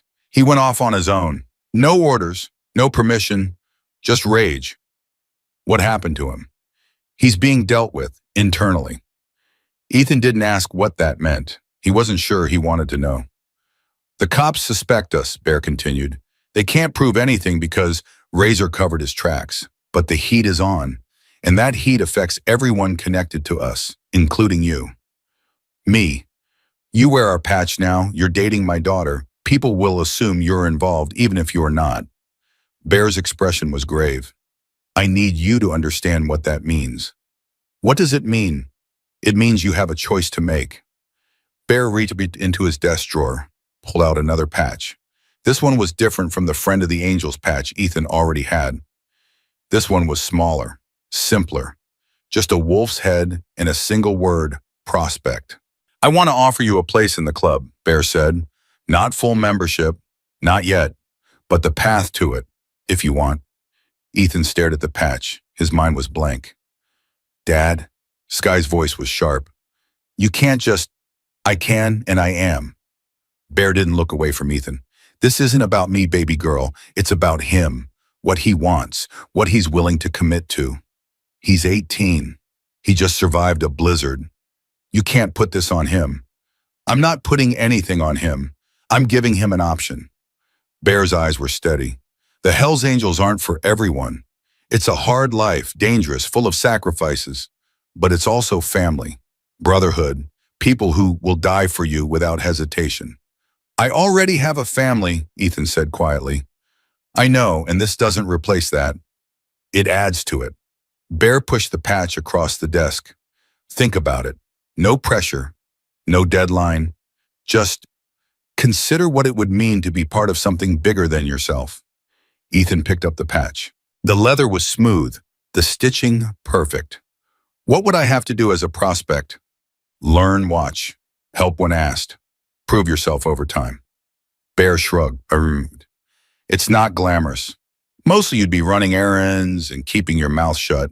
But if you make it through, you become one of us. Full patch, full protection, full family. And if I say no, then nothing changes. You're still under our protection, still welcome here, still dating my daughter. Bear smiled slightly. I don't punish people for making honest choices, Ethan. That's not who I am. Sky stood up, walked over, took Ethan's hand. You don't have to decide now, she said. Take the patch, think about it, talk to your mom. My mom would kill me. Probably, but that's part of the decision. Sky squeezed his hand. Whatever you choose, I'm with you. Okay. Ethan looked at the patch in his hand, at Sky's face, at Bear's steady gaze. A week ago, he was nobody, invisible, about to lose everything. Now he was sitting in the Hells Angels clubhouse, being offered a place in one of the most notorious motorcycle clubs in the country. Life didn't make sense anymore. Maybe it never had. I need time, Ethan said. Take all the time you need. Bear stood and extended his hand. But whatever you decide, know this, you've already earned my respect. Not many people can say that. Ethan shook his hand. The grip was firm, warm. Thank you, sir. Call me Bear. Everyone does. They walked back out into the main room. The atmosphere had shifted. More bikers had arrived. The music was louder, and standing by the bar surrounded by three Hells Angels was Tyler Bradford. Ethan froze. Tyler's face was pale, terrified. His expensive jacket was torn, his hair a mess. What the hell? Sky gripped his arm. I don't know. Bear pushed past them, his expression thunderous. What's going on here? Bull stepped forward. We found him, Bear, outside, taking pictures of the clubhouse. License plates, faces. I didn't. Tyler's voice was shaking. I was just driving by with a camera taking shots of our property. Razor's replacement, a giant named Bones, grabbed Tyler's phone. Look at this, 50 photos, all of the clubhouse, all of our bikes. Bear took the phone, scrolled through the images. His face went cold. Who sent you to, Nobody, I swear. You just happened to be driving down a dead-end road 5 miles from town, taking pictures of a biker clubhouse for fun. I was curious, that's all. Bear looked at Ethan. You know this kid? Ethan stepped forward. His heart was pounding, but his voice was steady. Tyler Bradford goes to my school. His dad's some kind of real estate developer. Bradford, Bear's eyes narrowed. Martin Bradford. The one who's been trying to buy up land around here. Tyler's face went even paler. I don't know anything about my dad's business. But you know enough to take surveillance photos for him. And Bear handed the phone to Bull. Delete everything, then escort Mr. Bradford off our property. That's it. Tyler's relief was visible. You're letting me go. I'm letting you go with a message. Bear stepped close. So close Tyler had to crane his neck to look up at him. Tell your father that the Hells Angels aren't interested in selling. Not our clubhouse, not our land, not anything. And if he sends his son or anyone else to spy on us again, the next conversation won't be this friendly. Tyler nodded frantically. Yes, I'll tell him. Good. Bear stepped back. Get him out of here. Bull and Bones grabbed Tyler's arms and marched him toward the door. But as they passed, Tyler's eyes locked onto his. This isn't over, Cole, Tyler hissed. You think you're safe with these people? Wait until my dad finds out. Your dad can find out whatever he wants, Ethan said calmly. I'm not the one who got caught taking spy photos of a biker gang. Tyler's face twisted with rage. Then he was gone, dragged out into the night. Sky let out a breath. That was intense. Yeah, Ethan's hands were shaking. What was that about his dad wanting to buy land? Bear's expression was dark. Martin Bradford has been trying to push us out for years. Wants to develop this whole area. Turn it into condos and strip malls. And Tyler was helping him. Looks that way. Getting intel. Building a case, maybe trying to find something illegal to report to the cops. Bear shook his head. The kid's dumber than he looks. What happens now? Now we stay alert. Bradford Sr. isn't going to like that we caught his boy. He'll escalate. Bear looked at Ethan. This is what I meant earlier. Being connected to us means being connected to our enemies too. I understand. Do you? Bear's eyes were piercing. Because it's going to get worse before it gets better. Martin Bradford has money, lawyers, and politicians in his pocket. He's not going to stop just because we scared his son. What can I do? Right now, nothing. Go home.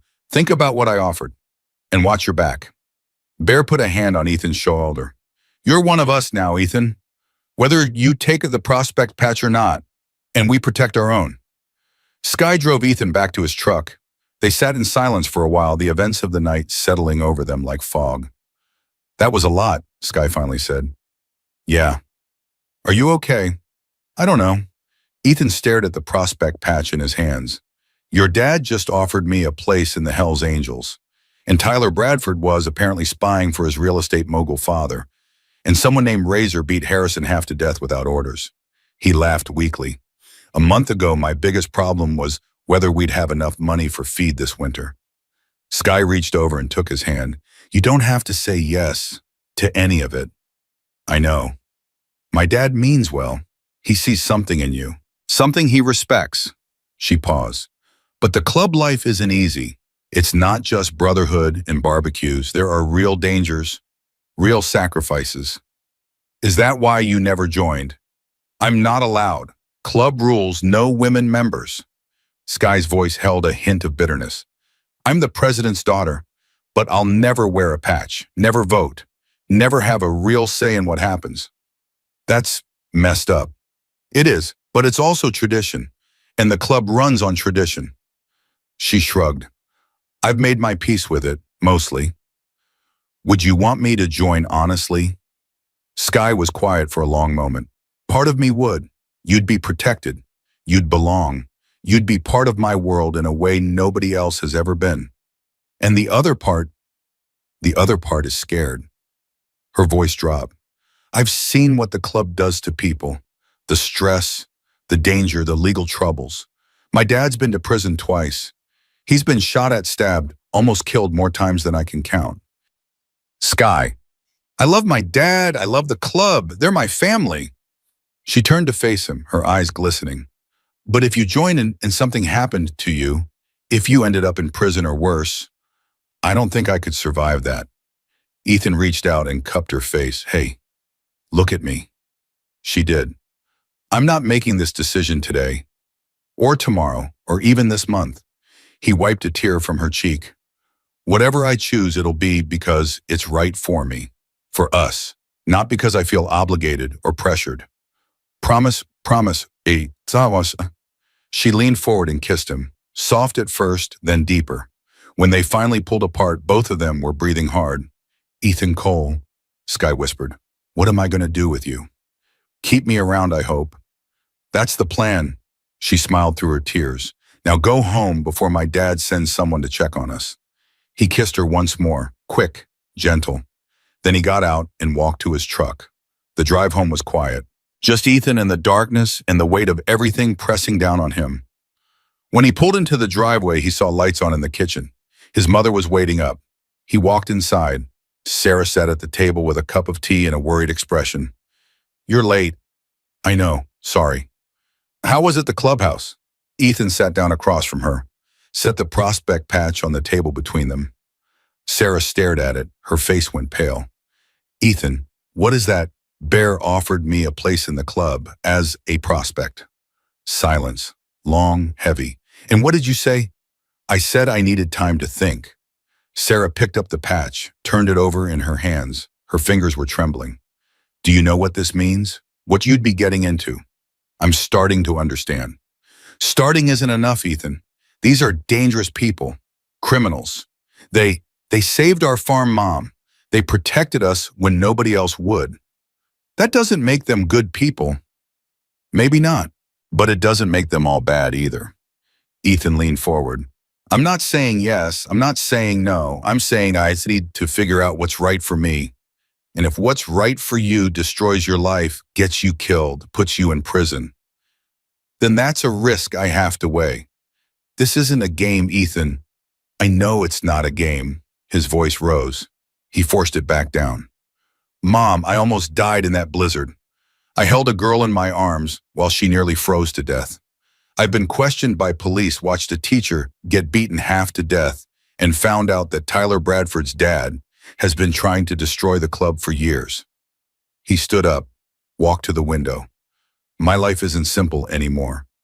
Maybe it never was, but I can't just pretend none of this is happening. Sarah was quiet for a long time. Then she stood up, walked over, put her hand on his shoulder. Your father would hate this. I know, but he'd also understand. Her voice was thick. He always said you had to walk your own path, even if it scared the people who loved you. Ethan turned and pulled her into a hug. I'm not going to do anything stupid, Mom. I promise. You already walked into a blizzard to save a stranger. That ship has sailed. He laughed despite himself. They held each other for a long moment. Mother and son, the only family they had left. Whatever you decide, Sarah said finally, I'm with you, even if I hate it. I know, Mom. Now go to bed. You have school tomorrow. Yes, ma'am. He went upstairs, lay down in his bed, stared at the ceiling. The prospect patch sat on his nightstand, the wolf's head barely visible in the darkness. His phone buzzed. Sky can't stop thinking about that kiss. Ethan smiled. Ethan, same. Pretty sure I'm ruined for anyone else now. Sky, good. That was the plan. Ethan, sneaky. Sky, you love it. He stared at those three words. You love it. Did he love her? Was that even possible after such a short time? But when he thought about her, her laugh, her strength, the way she looked at him in that snow cave, something in his chest tightened. Something that felt a lot like love. Ethan, yeah, I do. Sky, do what? He hesitated, then typed the truth. Ethan, love it, all of it, even the scary parts. A long pause. Three dots appeared, disappeared, appeared again, like Ethan, too much too fast. Sky, no, perfect amount. Another pause. I think I might love you too. Is that crazy? Ethan, we almost froze to death together. Crazy is relative. Sky, fair point. Good night, farm boy. Ethan, good night, biker princess. He set the phone down, closed his eyes. Tomorrow there would be more problems, more questions, more impossible decisions. But tonight there was Sky. There was hope. There was the possibility that somehow, against all odds, everything might work out. He fell asleep smiling. And for once, he didn't dream of blizzards at all. The next morning started with chaos. Ethan's phone exploded with notifications before his alarm even went off. Text, missed calls, social media alerts. He grabbed the phone and squinted at the screen. The first text was from Sky, check the news now. He opened the browser. His blood ran cold. The headline screamed, local real estate developer accuses Hells Angels of kidnapping assault. Martin Bradford had gone to the press. According to the article, his son Tyler had been abducted, beaten, and threatened by members of the Hells Angels motorcycle club. Tyler claimed he was simply driving through the area when he was forcibly detained and terrorized. There was no mention of the surveillance photos, no mention of the spy mission, just pure victim narrative. Ethan's phone rang. Sky, did you see it?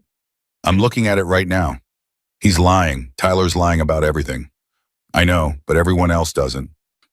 Ethan scrolled through the article. There are quotes from politicians, local business leaders. They're all calling for an investigation. My dad's lawyer is already on it, but this is bad, Ethan, really bad. What can I do? Nothing yet. Just be careful at school today. Tyler's going to be playing the victim, and anyone connected to us is going to be a target. I can handle Tyler. I know you can, but this isn't just about Tyler anymore. His dad has money and influence. He can make life very difficult for anyone in his way. Including me, silence on the line. Including you, Sky admitted. I'm sorry, Ethan. I never wanted to drag you into this. You didn't drag me anywhere. I walked in on my own. He grabbed his jacket, the leather one with the Friend of the Angels patch. And I'm not walking out now. Ethan, I'll see you at school, Sky. We'll figure this out together. He hung up before she could argue. 30 minutes later, he pulled into the school parking lot. News vans were parked near the entrance, reporters with microphones, cameras pointed at students as they walked in. This was going to be a nightmare. Ethan got out of his truck, kept his head down, walked toward the entrance. Ethan Cole, a reporter shoved a microphone in his face. Mr. Cole, is it true you're affiliated with Hells Angels? Can you comment on the allegations against the club? No comment. Were you present during Tyler Bradford's alleged kidnapping? No comment. Are you dating the daughter of the club's president? Ethan stopped, turned to face the reporter. I'm a high school senior trying to get to class. Whatever story you're chasing, I'm not part of it.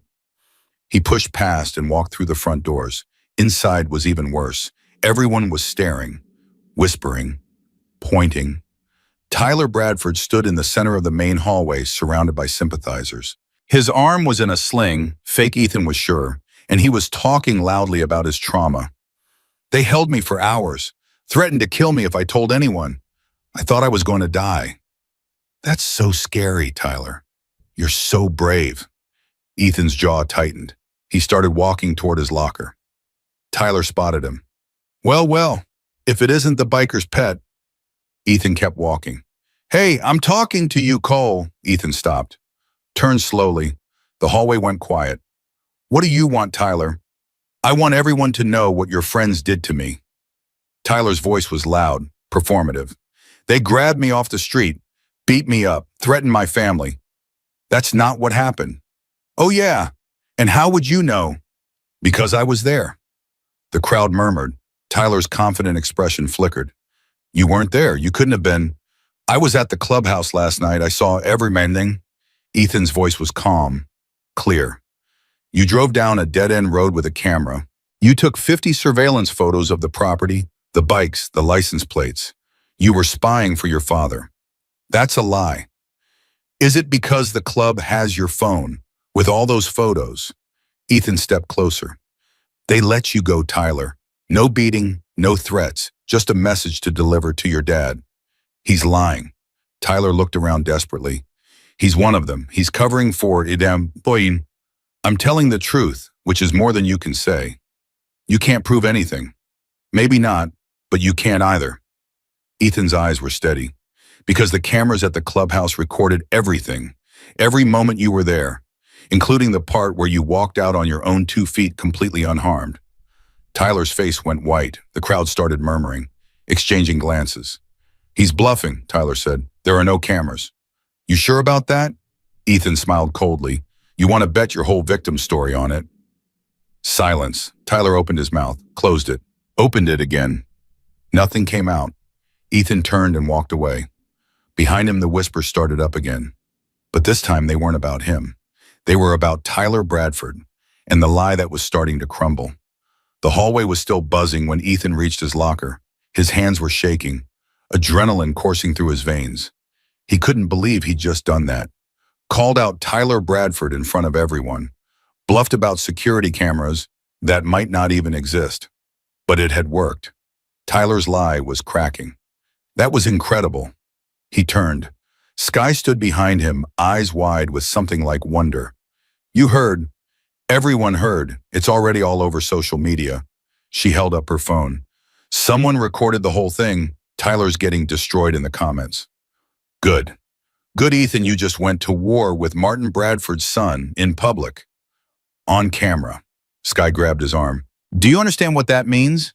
It means I'm tired of being pushed around. It means you painted a target on your back. The target was already there. Ethan closed his locker. Tyler was never going to leave me alone. His dad was never going to stop coming after the club. At least now people know the truth. Sky stared at him. Something shifted in her expression. Who are you? What do you mean?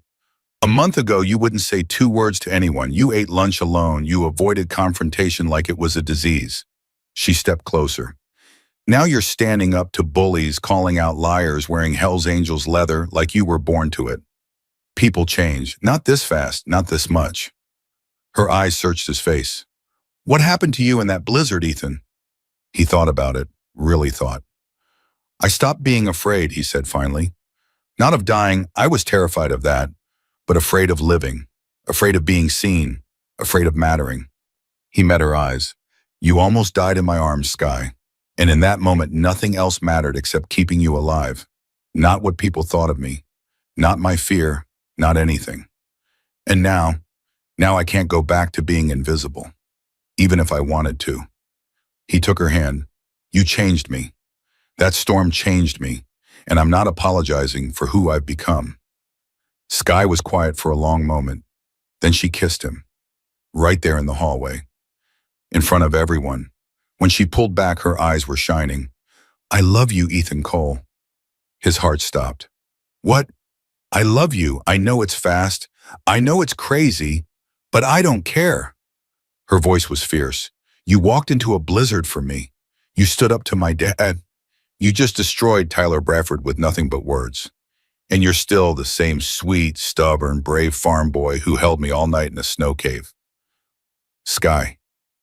You don't have to say it back. I just needed you to know. Ethan pulled her close, pressed his forehead to hers. I love you too, he whispered. I think I have since the moment you opened your eye in that storm and called me Dad. She laughed through tears. I was hypothermic. Still counts. They stood there wrapped in each other while the school moved around them like a river parting around a rock. For one perfect moment, nothing else existed. Then Ethan's phone buzzed. Then Sky's. Then what seemed like everyone's in the hallway. They pulled apart, looked at their screens. Breaking news alert, real estate developer Martin Bradford arrested on fraud charges. Ethan's jaw dropped. What the hell? Sky was already reading. Federal agents, wire fraud, money laundering, tax evasion. She looked up stunned. He's been under investigation for months. The FBI just raided his offices. That's insane. It gets better. Look at this. She scrolled down. Investigators say a key piece of evidence came from surveillance of Bradford's son, who was caught on camera discussing his father's illegal activities while attempting to gather intelligence on a local business. Ethan's blood went cold. The clubhouse. Tyler was talking on his phone while he was there. And the club recorded everything. Sky's smile was sharp. My dad wasn't bluffing about the cameras. He knew, Bear knew this whole time. He's always 3 steps ahead. That's why he's president. The rest of the day was chaos. Tyler Bradford was pulled out of class by federal agents. His mother came to get him face streaked with mascara, screaming at anyone who came near. By lunch, the news had spread everywhere.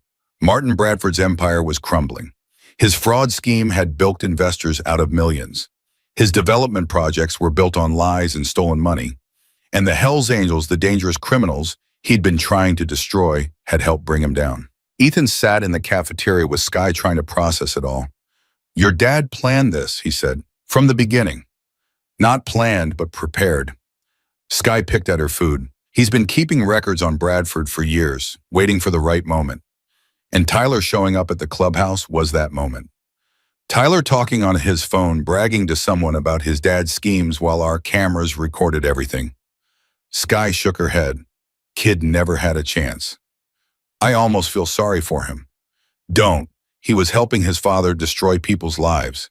He deserves whatever he gets. Ethan's phone buzzed. A text from Bear. Come to the farm tonight, 7 p.m. Bring your mother. He showed Sky. What does he want? Only one way to find out. That evening, the rumble of motorcycles filled the Cole family driveway again. But this time it was different. This time the whole club was there. Every member. Full colors. Ethan and his mother stood on the porch watching the procession arrive. This is intimidating, Sarah murmured. Tell me about it. Bear dismounted first. He walked toward them, his expression unreadable. Mrs. Cole, Ethan, thank you for having us. You didn't give us much choice, Sarah said, but there was no real heat in it. Fair point. Bear stopped at the bottom of the porch steps. I have something to say. To both of you. We're listening.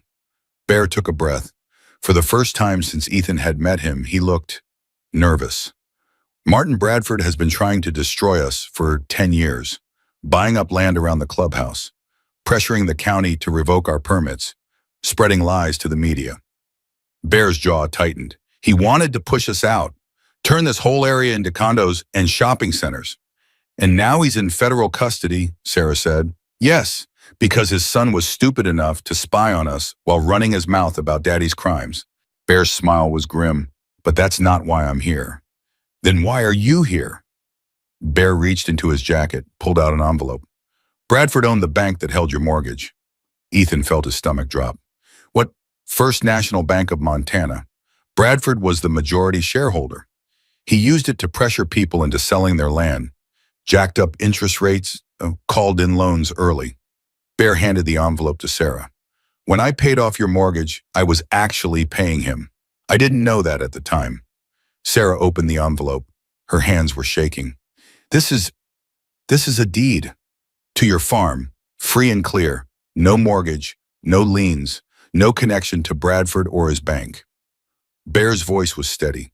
The FBI seized his assets this morning, including the bank.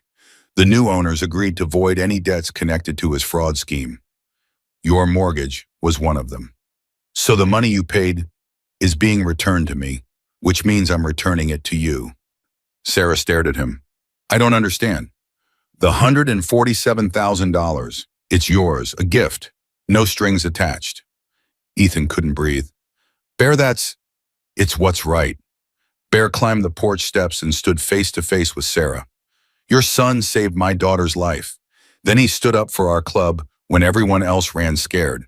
Then he exposed Tyler Bradford's lies in front of his entire school. A pause. There is no amount of money that can repay what your family has done for mine. Sarah's eyes were wet. We didn't do it for money. I know, that's why you deserve it. She looked at the deed, at the envelope full of money, at the biker president standing on her porch. I don't know what to say. Say you'll accept it. Say you'll let the Hells Angels be part of your family the way you've become part of ours. Bear's voice softened. Your son is an extraordinary young man, Mrs. Cole. He came from somewhere. I'd like to honor that. Sarah was quiet for a long moment. Then she did something that shocked everyone. She hugged him. Bear stiffened at first. Then his massive arms wrapped around the tiny woman, and he hugged her back. Thank you, Sarah whispered, for everything. Thank you, Bear replied, for raising him. When they pulled apart, both of them had tears on their cheeks. Sky appeared at Ethan's oshiktam. She took his hand and squeezed. Your mom just hugged my dad. I saw. I think that means we're officially family now. Ethan laughed. It came out watery. I think you're right. The rest of the evening was celebration. The Hells Angels descended on the farm like a leather-clad army of caterers. Someone had brought a massive grill. Someone else had brought coolers full of food. Beer appeared, but only for the adults. Music played from someone's truck speakers. Ethan found himself surrounded by bikers who wanted to shake his hand, slap his back, tell him stories about his father. James Cole was solid, Bull said. Helped us out one winter when our clubhouse flooded, brought his tractor over and spent 3 days clearing mud. Never asked for a dime. I didn't know that. Your old man didn't advertise his kindness. He just did it. Bull grinned. Apple doesn't fall far from the tree, kid. Sky found him an hour later, sitting on the back porch watching the sunset. Hiding and breathing. Ethan scooted over to make room. It's a lot. Yeah. She sat down beside him. Good lot or bad lot? Good. Definitely good. He looked at her. I never thought I'd say this, but I'm glad I walked into that blizzard. Even though you almost died. Because I almost died. If I hadn't, none of this would have happened. The farm would be gone. I'd still be invisible. And I never would have known you. Sky leaned her head on his shoulder. For what it's worth, I'm glad you almost died too. That's morbid. That's us. They sat in comfortable silence watching the sky turn orange and purple and finally dark. Ethan, yeah, I have something for you. She reached into her jacket and pulled out a small box, handed it to him. He opened it. Inside was a ring, silver with a wolf's head engraved on the face. It was my grandfather's, Sky said. He founded the Montana chapter. When he died, my dad gave it to me. Said to save it for someone who deserved it. Ethan's throat tightened. Sky, I can't. You can, you do. She took the ring and slipped it onto his finger. This isn't a proposal or anything crazy like that. It's just a promise that you're part of this family, that you belong with us. Her eyes met his. That you belong with me. He looked at the ring, at her face, at the life that had somehow become his. I don't have anything to give you back. You already gave me everything. She touched his face. You gave me my life, Ethan. That's worth more than any ring. He kissed her, soft and slow and full of everything he couldn't put into words. When they pulled apart, Bear was standing in the doorway. Sorry to interrupt. Dad, Sky's face flushed. How long have you been there? Long enough. But Bear was smiling. Ethan, can I borrow you for a minute? Ethan stood, followed Bear around the side of the house away from the party. They stopped by the old barn, the one Ethan's grandfather had built 50 years ago. Hell of a night, Bear said. Yes, sir. You still have that prospect patch I gave you. Ethan's hand went to his pocket. The patch was still there. He'd been carrying it everywhere. I do. Have you made a decision? Ethan was quiet for a long moment. I've been thinking about it every day, he said finally. What it would mean, what I'd be giving up, what I'd be gaining. And I'm not ready. Ethan met Bear's eyes. Not because I don't want it, but because I don't want to do it halfway. If I join the club, I want to do it right. Finish school, figure out who I am, make sure this is really what I want. Bear nodded slowly. That's a mature answer. Is it the wrong one? No. Bear put a hand on his shoulder. It's exactly the right one. The club isn't going anywhere to them. When you're ready, if you're ever ready, the door is open. Thank you for understanding. Thank you for being honest. Bear squeezed his shoulder. Most kids would have said yes just to impress me. You said what you actually think. That takes guts. I learned from the best. Your father, him too, but also you. Ethan smiled. You showed me what real family looks like, what loyalty means, what it's hus and what it's worth. Bear's eyes glistened, just for a moment. You are going to be okay, Ethan Cole. Better than okay. I hope so. I know so. They walked back to the party together. Father and future son-in-law, maybe. President and prospect, possibly. But more than that, two men who understood each other. And that was enough. The party lasted until midnight. By the time the last motorcycle rumbled away, Ethan was exhausted in the best possible way. His mother found him on the porch watching the taillights disappear. Hell of a month, she said. Hell of a month, he agreed. You doing okay? Better than okay. He turned to look at her. We get to keep the farm, Mom, free and clear, plus the money Bear gave us. I know. It doesn't feel real. It is, though, all of it. Sarah sat down beside him. For a while, they just listened to the crickets and the distant hum of the highway. Your father would be proud of you, she said finally. You think so? I know so. You saved a life. You stood up for what's right. You found love. She smiled. And you didn't lose yourself in the process. I almost did, a few times. But you didn't. That's what matters. Ethan looked at the ring on his finger. The wolf's head glinted in the moonlight. Mom, I need to tell you something. What? Bear offered me a place in the club as a prospect. Sarah went very still. I turned him down, Ethan continued quickly. Not forever, but for now. I want to finish school, go to college, figure out my life before I make that kind of commitment. That's good, Ethan. Sarah's voice was careful. That's smart. You're not mad. I'm relieved. She turned to face him. I won't pretend I love the idea of you joining a motorcycle club, but I also know I can't control your choices anymore. You're a man now. You have to make your own decisions. Even if they scare you, especially if they scare me. She took his hand. Just promise me something. What? Whatever you decide about the club, about Sky, about your future, make sure it's what you want. Not what Bear wants, or what Sky wants, or what anyone else expects. Her eyes were fierce. You have a good heart, Ethan. Don't let anyone take advantage of that. I promise, she kissed his forehead. Now go to bed. You have school tomorrow. Yes, ma'am. He went upstairs, lay down in his bed, stared at the ceiling. So much had changed. So much had happened. In just 1 month, his entire life had been transformed. He was still a farm boy, still a high school senior, still figuring out who he was supposed to be. But he wasn't invisible anymore. He wasn't alone anymore. And for the first time in years, he wasn't afraid of what came next.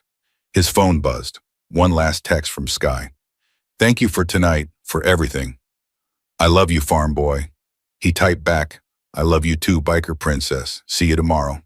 He set the phone down, closed his eyes.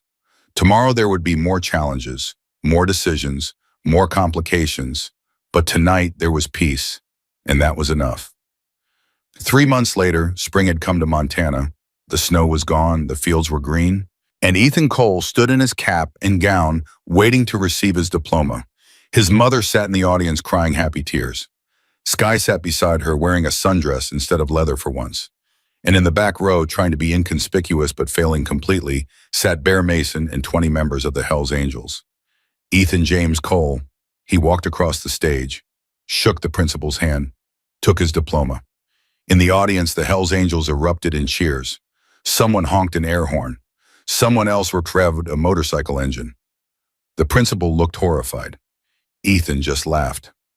After the ceremony, everyone gathered on the lawn. Sarah hugged him first, then Sky, then Bear, who nearly broke his ribs again. Proud of you, son. Thank you, sir. What's next? You decide about college yet? Montana State, agricultural science. Ethan smiled. Someone's got to keep this farm running. Good choice, Bear clapped his shoulder. You ever change your mind about that prospect patch? You know where to find us?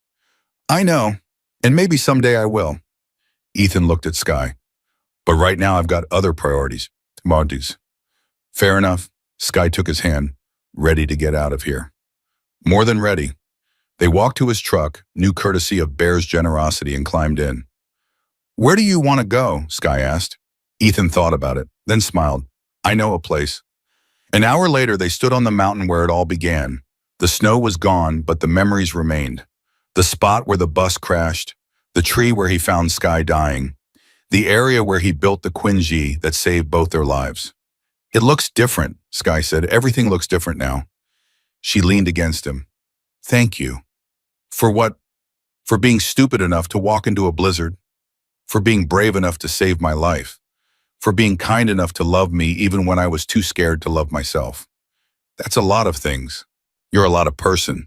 He laughed, pulled her close. You know what's funny? A year ago, I was invisible. Nobody saw me. Nobody cared.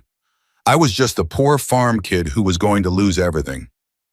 And now I have a family that would die for me, a girlfriend who loves me, a future that doesn't terrify me. He looked at the ring on his finger.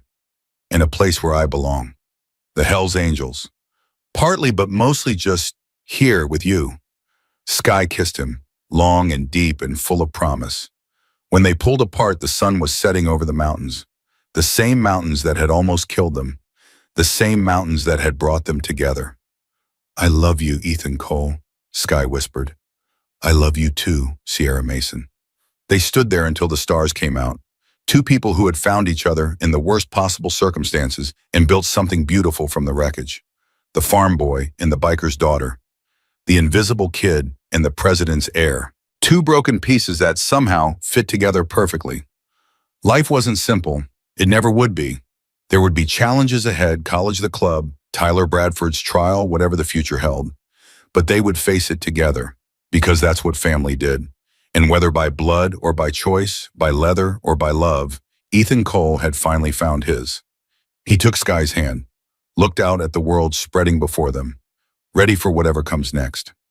She smiled, that real smile that still made his heart skip. With you always.